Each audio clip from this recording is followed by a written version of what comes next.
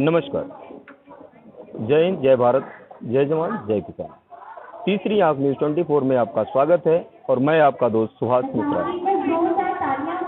हम लखनऊ में हैं और जैसा कि आप जानते ही हैं कि अभी होली गुजरी हुई है। हमारी भारतीय संस्कृति कुछ ऐसी है कि यहाँ परंपरा और संस्कृति इतनी खूबसूरत और काफ़ी बृहद रूप में है।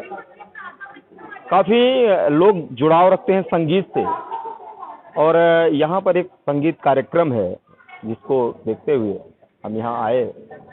आपको बताया गया कि मतलब यहाँ एक सांस्कृतिक कार्यक्रम है और आप आइए। सांस्कृतिक कार्यक्रम का एक अपना रूप होता है और यहाँ तमाम तबला वादक वगैरह आए हुए हैं, तो हमारे साथ बैठे हुए हैं। इनके विषय में भी काफ़ी जानकारियाँ हमको मिलती रहती हैं, तो आइए थोड़ी चर्चा करते हैं और इन्हीं के मुखारबिन से हम इनका नाम आप लोगों तक पहुँचाने की कोशिश करेंगे और आप लोगों को इनका परिचय इन्हीं के द्वारा बताने की कोशिश करते हैं।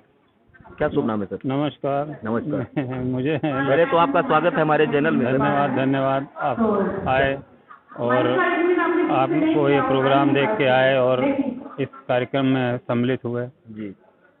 मेरा नाम है लक्ष्मी नारायण मिश्र जी। और चलिए, बड़ा अच्छा हुआ मिश्रा जी से मिश्रा जी की मुलाकात हुई। मैं यहाँ मेरा जन्म ही लखनऊ में हुआ है जी। और पहले मैं अमीनाबाद 40 साल में वहाँ रहा और 2005 से मैं इस एरिया में हूँ। 2005 से आप यहाँ हैं। यहाँ पर एक जो सांस्कृतिक कार्यक्रम है होली के उपलक्ष्य में, जैसे कि होली तो बीत चुकी है और होली भारत देश में क्या दुनिया में एक रंग छोड़ती है, अपनी छाप छोड़ती है। रंग के द्वारा ये बताने की कोशिश करती है होली, एक संदेश जाता है समाज को कि सारे रंग मिलके एक जैसा दिखते हैं। उस पर कुछ कहना चाहेंगे आप? होली तो आपस में प्रेम, सौहार्द और भाईचारे का प्रतीक है और होली के अंदर बहुत से संदेश छिपे हैं। लोग जात पात सारा भूल के एक साथ इस चीज़ को इसको मनाते हैं, रंग खेलते हैं और गले मिलते हैं। तो उस हिसाब से होली का पर्व बहुत ही सुंदर पर्व माना जाता है हिंदू परंपरा में। अच्छा, जैसे यहाँ पे जो ये कार्यक्रम रखा गया, इसकी शुरुआत कब से हुई और किसने की? इस पे थोड़ा कुछ कहना चाहेंगे आप? ये तो हमारी पत्नी है पूर्णिमा, वो क्योंकि संगीत से जुड़ी रही हैं तो उन्होंने बात खंडित है 8 साल का तबले का कोर्स किया और प्रयाग संगीत समिति से गायन का किया। तो उनका रुझान इस तरफ रहा और कोई ना कोई इस तरह का अवसर आता था जिसमें कुछ आपस में बैठ के लोग मिलें जुलें, तो इस तरह का प्रोग्राम हम लोग करते रहे हैं। जैसा कि हमने सुना है कि आपकी भी काफ़ी रुचि रही है संगीत में, तो मतलब गायन में रही या वाद्य में रही? सर, मैं श्रोता बहुत अच्छा हूँ और श्रोता तो वैसे लगभग संगीत का श्रोता हर व्यक्ति होता है, संगीत प्रेमी लगभग सभी लोग होते हैं संगीत प्रेमी, लेकिन कुछ को संगीत की कुछ विधाएं आजकल, जैसे आजकल के ज़माने में आज का संगीत है, पॉप म्यूजिक है, पाश्चात्य संगीत है, वहाँ उसमें रुचि रहती है। मेरी शास्त्रीय संगीत में बड़ी रुचि है। अब वो कैसे आप डेवलप हो गई मेरे कि अब कुछ कह सकते हैं पूर्व जन्म का रहा हो। जैसा कि आपने बताया कि पिताजी तबला वादक थे। पिताजी भी प्रोफेशनल नहीं थे, वो तब उस समय रामलीलाएँ हुआ करती थी, तो रामलीला का मंचन होता था तो उसमें जो ग्रुप को लेके आते थे, जो उसके हेड थे, उनसे वो रामलीला देखने जाते थे, उनसे उनकी जो है काफ़ी जान पहचान में भी मित्रता इतनी बढ़ गई कि वो भाई की तरह हो गए। और फिर वो आते थे, बाकी उनका मंडली के सारे सदस्य धर्मशाला में रुकते थे और वो पति पत्नी हमारे घर में रुकते थे। तो उस ग्रुप में जो है वादक भी होते थे, जो हारमोनियम और हाँ जो बीच बीच में रामलीला में गायन वगैरह करते थे। तो मेरे पिताजी ने उन्हीं के थ्रू सीखा, कोई प्रॉपर कहीं और सीखने नहीं गए। उसमें उनकी रुचि बढ़ी, फिर वो जाके रामलीला में बैठ गए, शाम को जाते थे रात में, वहाँ वो सीख गए। फिर वो पार्टिसिपेट करने लगे, फिर उनका शौक़ लगा, वो तबला खरीद के लाए, उस तबले से वो अभ्यास करने लगे। तो ये मैंने बचपन में देखा और कह सकते हैं कुछ नियति का खेल। हाँ, कि 14 वर्ष की उम्र में उनका देहावसान हो गया। चलिए, बड़ा दुख हुआ इसको सुन के। हाँ, तो वो तबला उन्हीं के साथ चला गया। हाँ, हमने एक प्रयास जरूर किया था सीखने का। हम स्कूल में पढ़ते थे तो वहाँ पे साप्ताहिक कार्यक्रम संगीत का एक पीरियड होता था। तो उसमें जो गुरुजी आते थे तो उनसे लोगों ने तो हम कैसे आगे ले जाते हैं तो हम ही बता सकते हैं।